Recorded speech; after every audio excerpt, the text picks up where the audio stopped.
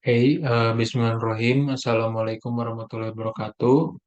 Pada video kali ini kita akan membahas materi dari mata kuliah analisis dan rancangan survei, yaitu terkait dengan sampling, yang merupakan salah satu metode dalam kita memperoleh data.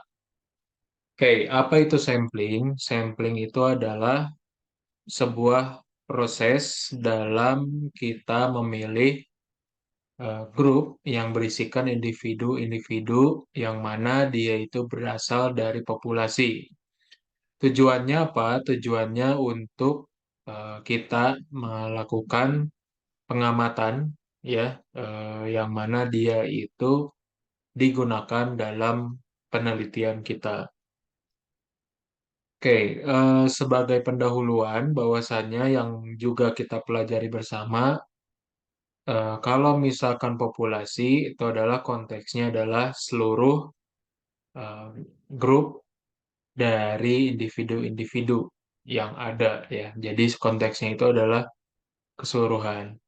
Contohnya, misalkan ada seorang peneliti yang mana dia itu ingin melihat hubungan antara ukuran kelas dan juga nilai akademik, yang mana penelitian ini dia lakukan dengan menggunakan populasi, yaitu anak-anak yang berada di kelas 3 SD. Kemudian biasanya populasi ini berukuran sangat besar, yang mana peneliti tentu saja mengalami kesulitan dalam mengamati atau mendapatkan data dari populasi ini. Oleh karena itu, sampel digunakan yang mana diambil juga dari populasi dan dia mewakili populasi yang ada dalam penelitian kita. Tentunya hasil yang diperoleh diharapkan dapat menjawab pertanyaan yang mana awalnya dia itu ditujukan untuk populasi. Ini adalah prosesnya. Misalkan dari populasi kita mengambil sampel, ya, dan sampelnya ini tentunya dipilih untuk menjawab hasil atau menjawab pertanyaan penelitian, dan dia itu sifatnya generalize terhadap populasi. Artinya dia itu sifatnya umum dan bisa mewakili anggota-anggota yang tidak terpilih sebagai sampel dalam suatu populasi.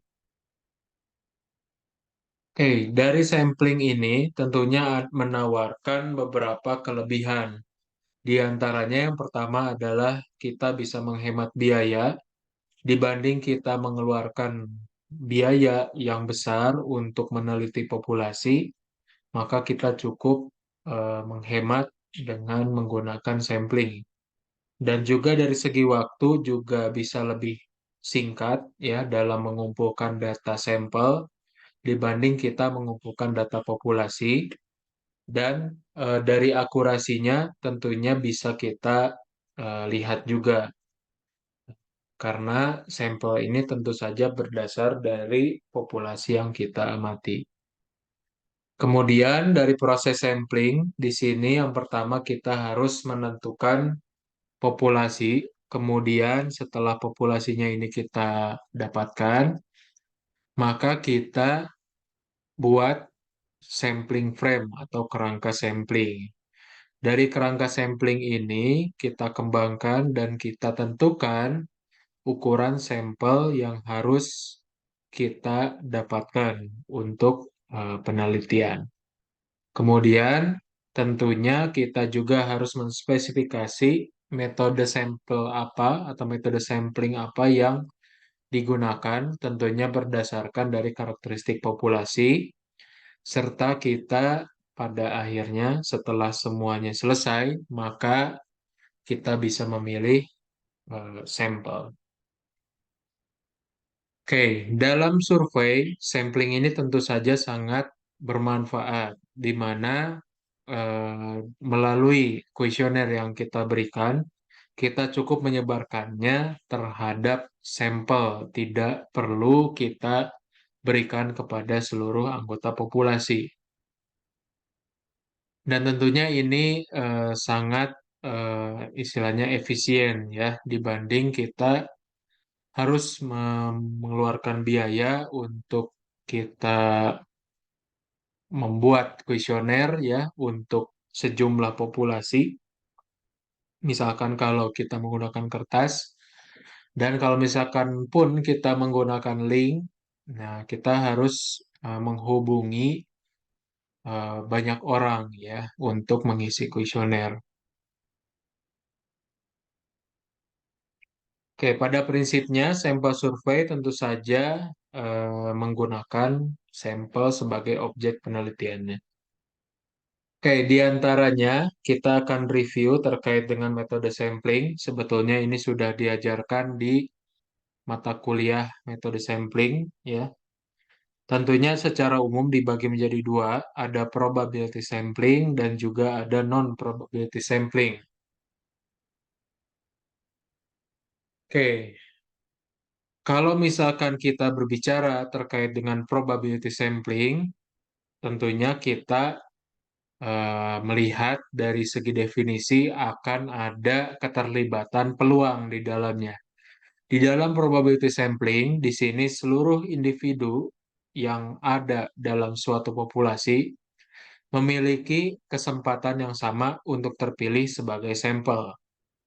Nah, si peluang sampel ini ada yang mana dia itu bisa jadi sampel yang terpilih itu bisa dinyatakan representatif dari populasinya itu sendiri.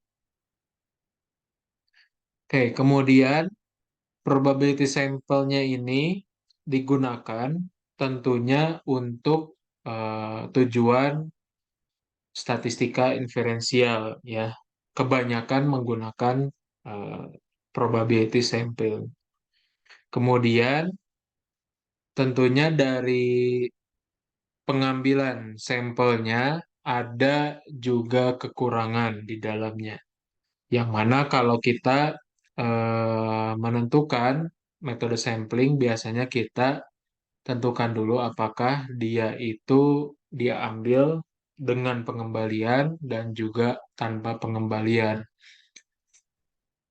Dan juga bisa saja sampel yang terpilih ini karena sifatnya random, itu tidak eh, berpartisipasi dalam penelitian kita.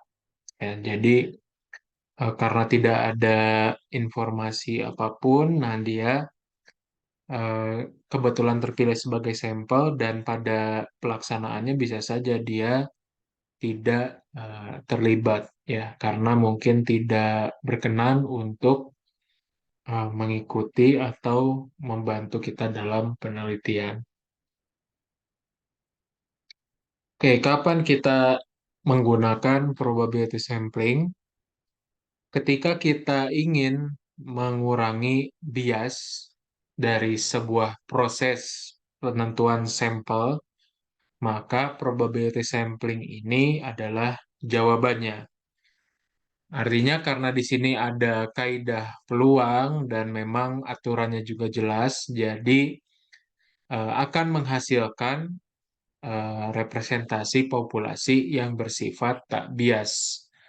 Kemudian dengan probability sampling juga bisa membantu kita dalam memilih sampel dari berbagai status atau dari berbagai background dan lainnya.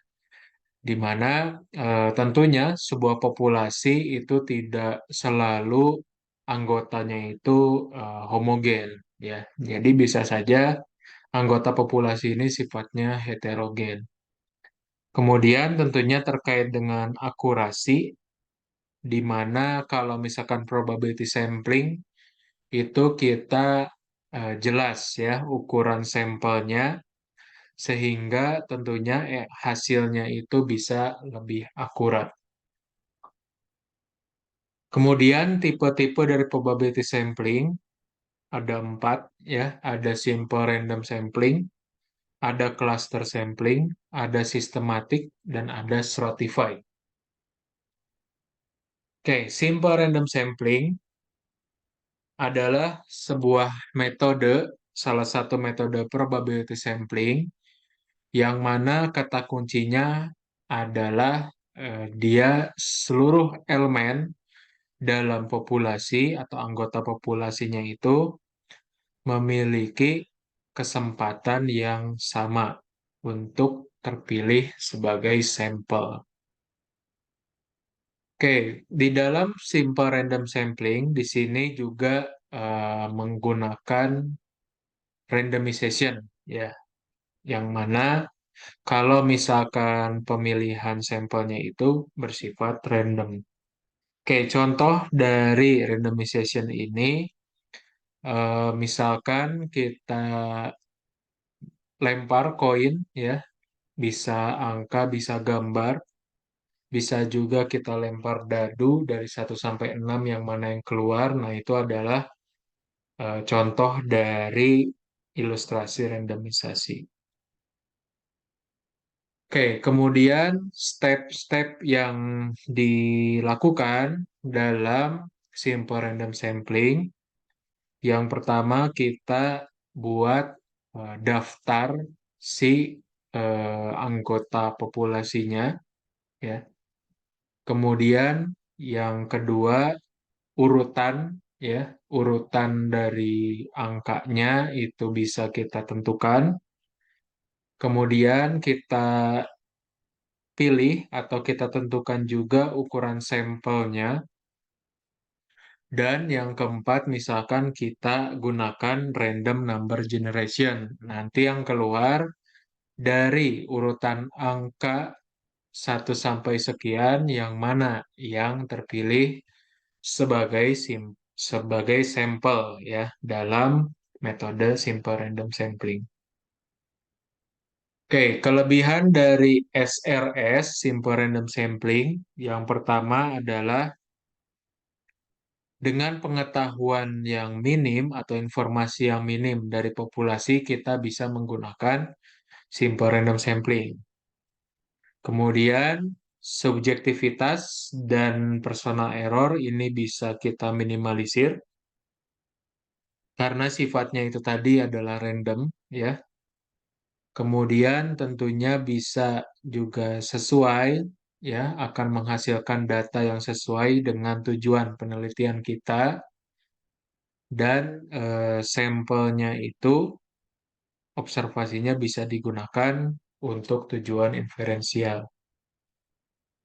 Adapun kekurangannya, representatif dari sebuah sampel terhadap populasi tidak bisa kita yakinkan dari metode ini karena yaitu tadi kita tidak memiliki informasi yang cukup dari populasi. Yang kita tahu mungkin misalkan hanya jumlahnya sekian, jumlah populasinya sekian, anggota populasinya 1 sampai sekian, ya sehingga tinggal kita generate ya angka yang keluarnya itu apa, dan kita tidak bisa eh, meyakinkan secara penuh apakah sampel yang terpilih dari SRS ini sifatnya representatif atau tidak.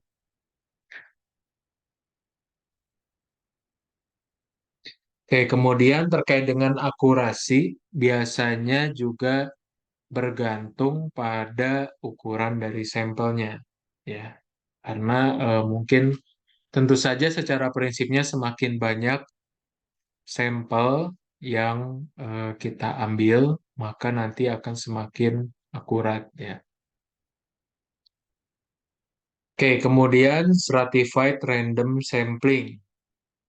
Stratified random sampling ini adalah pengembangan dari metode simple random sampling, di mana dalam teknik ini peneliti membagi populasinya ke dalam strata dan setiap strata ini sifatnya itu adalah homogen ya.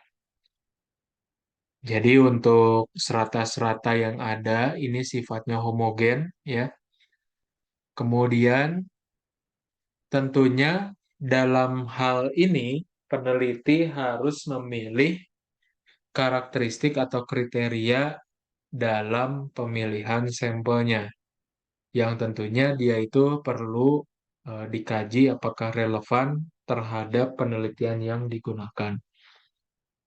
Oke, stratified sampling ini bisa saja dibagi menjadi tiga jenis. Yang pertama disproportionate stratified sampling atau proportionate stratified sampling atau optimum allocation stratified sampling.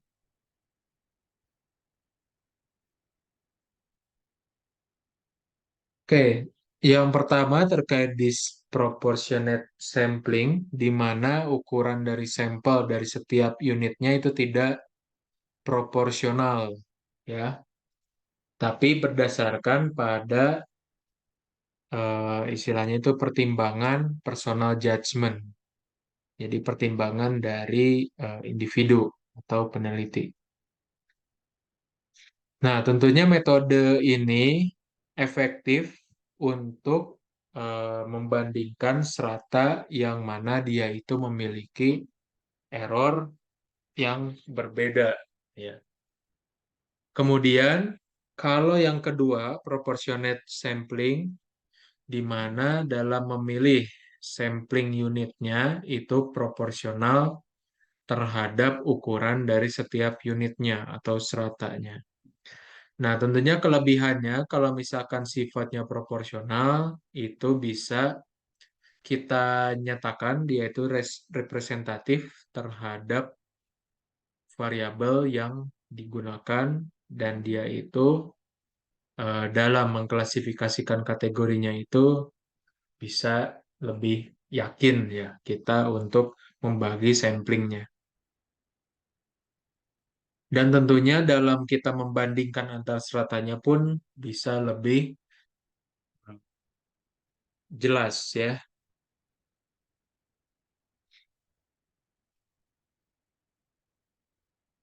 Nah, kemudian terkait dengan optimum allocation stratified sampling, ini juga bisa digunakan dalam teknik stratified random sampling, di mana pemilihan dari unitsnya atau anggota dari stratanya itu dia proportion ya, proporsi sesuai dengan proporsi dari strata yang ada dalam populasi tersebut.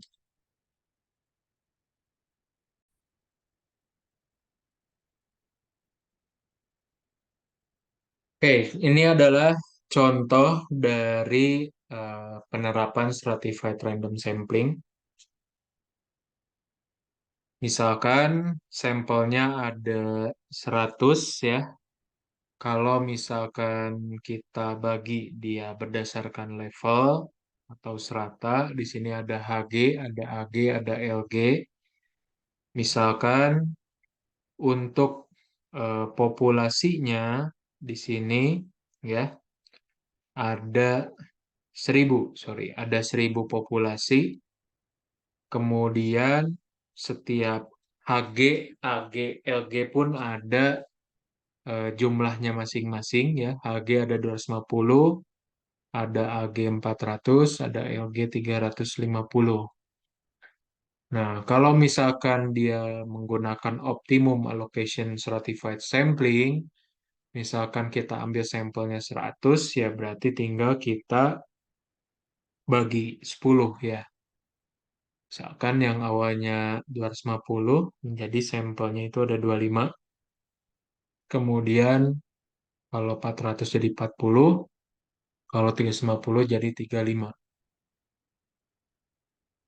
Sedangkan untuk disproportionate sampling dan proportionate stratified sampling ini berbeda dibanding dengan optimum allocation stratified sampling.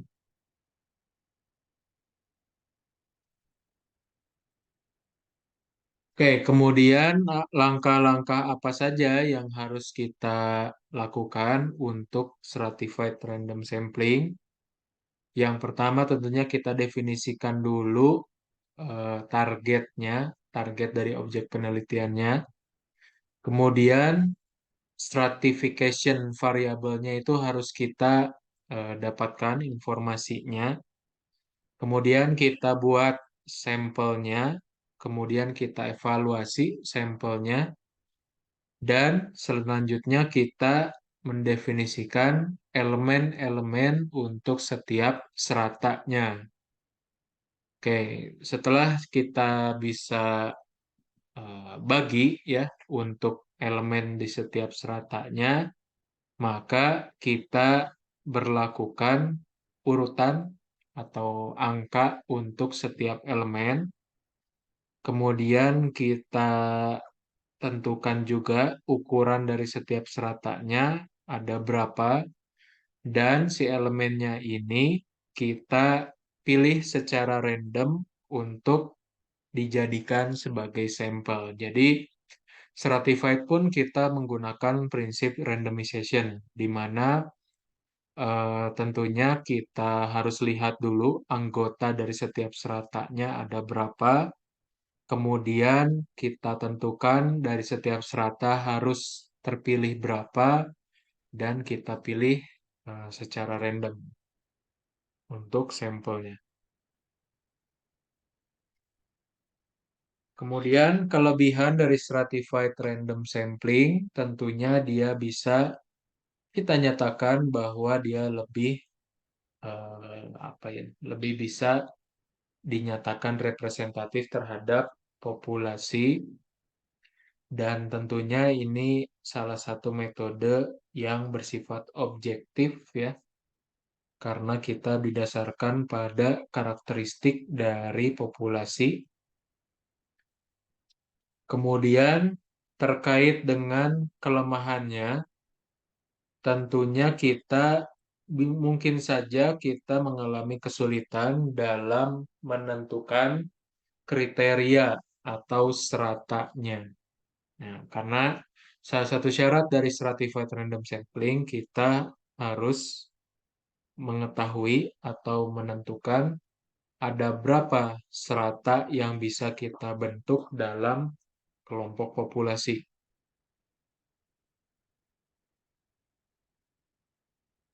Kemudian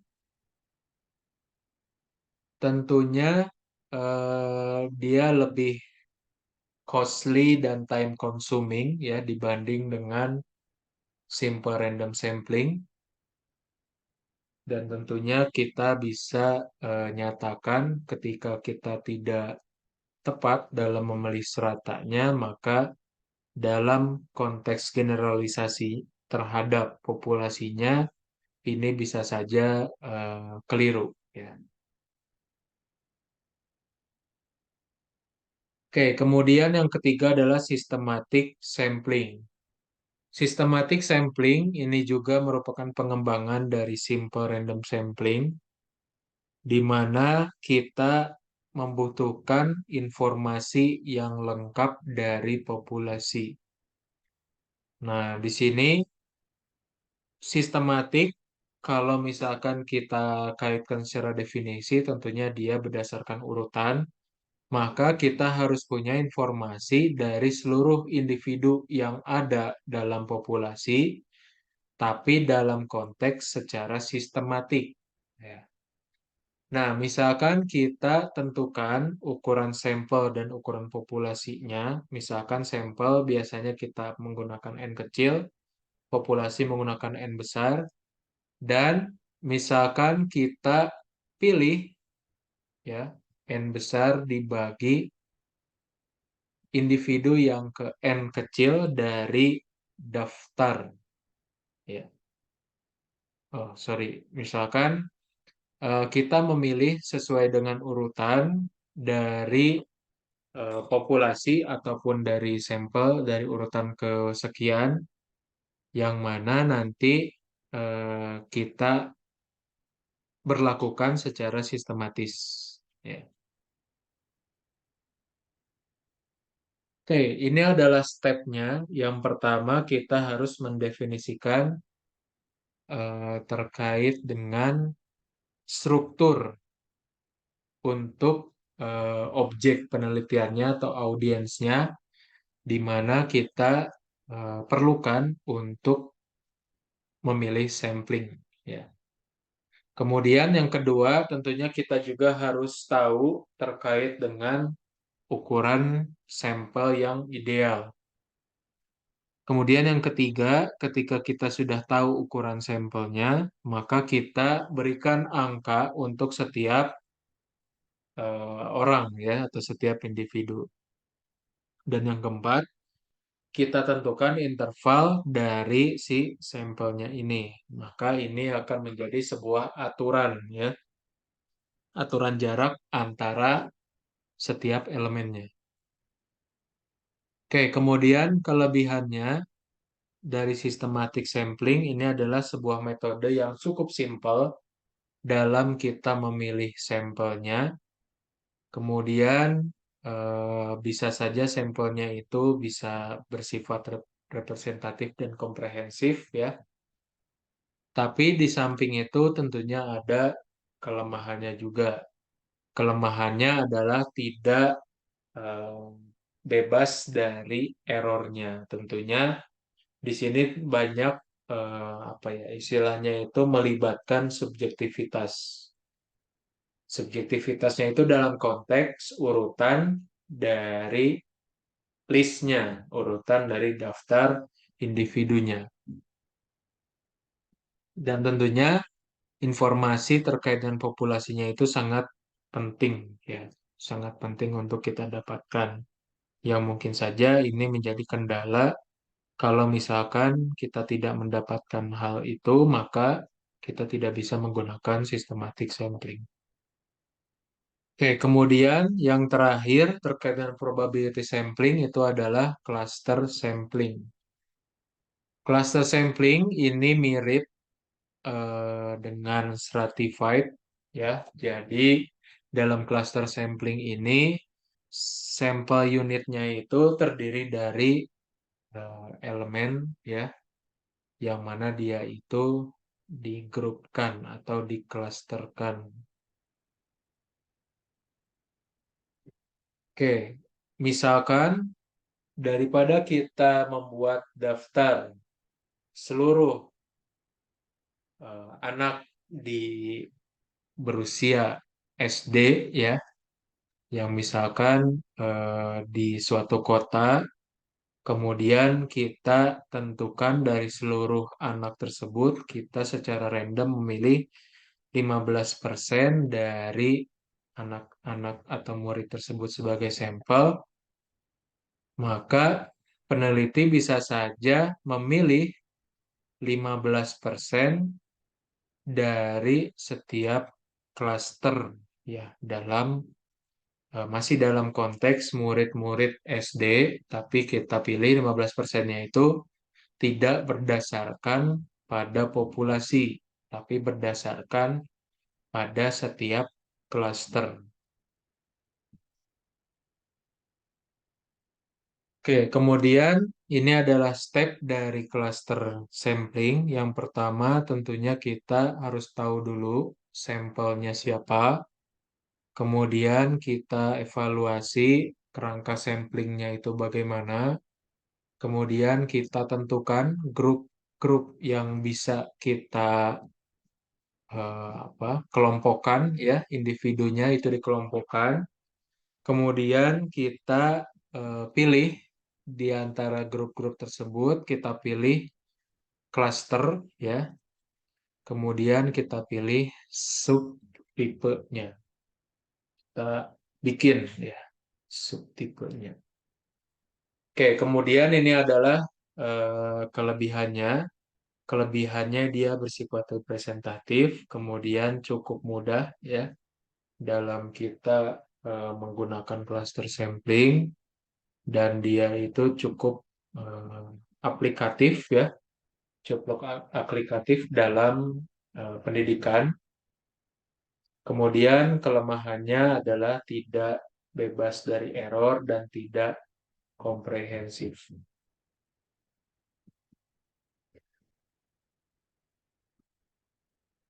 Oke, ini adalah perbandingan-perbandingan dari setiap teknik probability sampling, ya. Nanti kalian bisa lihat ilustrasinya seperti apa. Oke, mungkin itu saja untuk video kali ini. Mohon maaf apabila ada hal yang kurang berkenan. Bila taufiq wa hidayah. Assalamualaikum warahmatullahi wabarakatuh.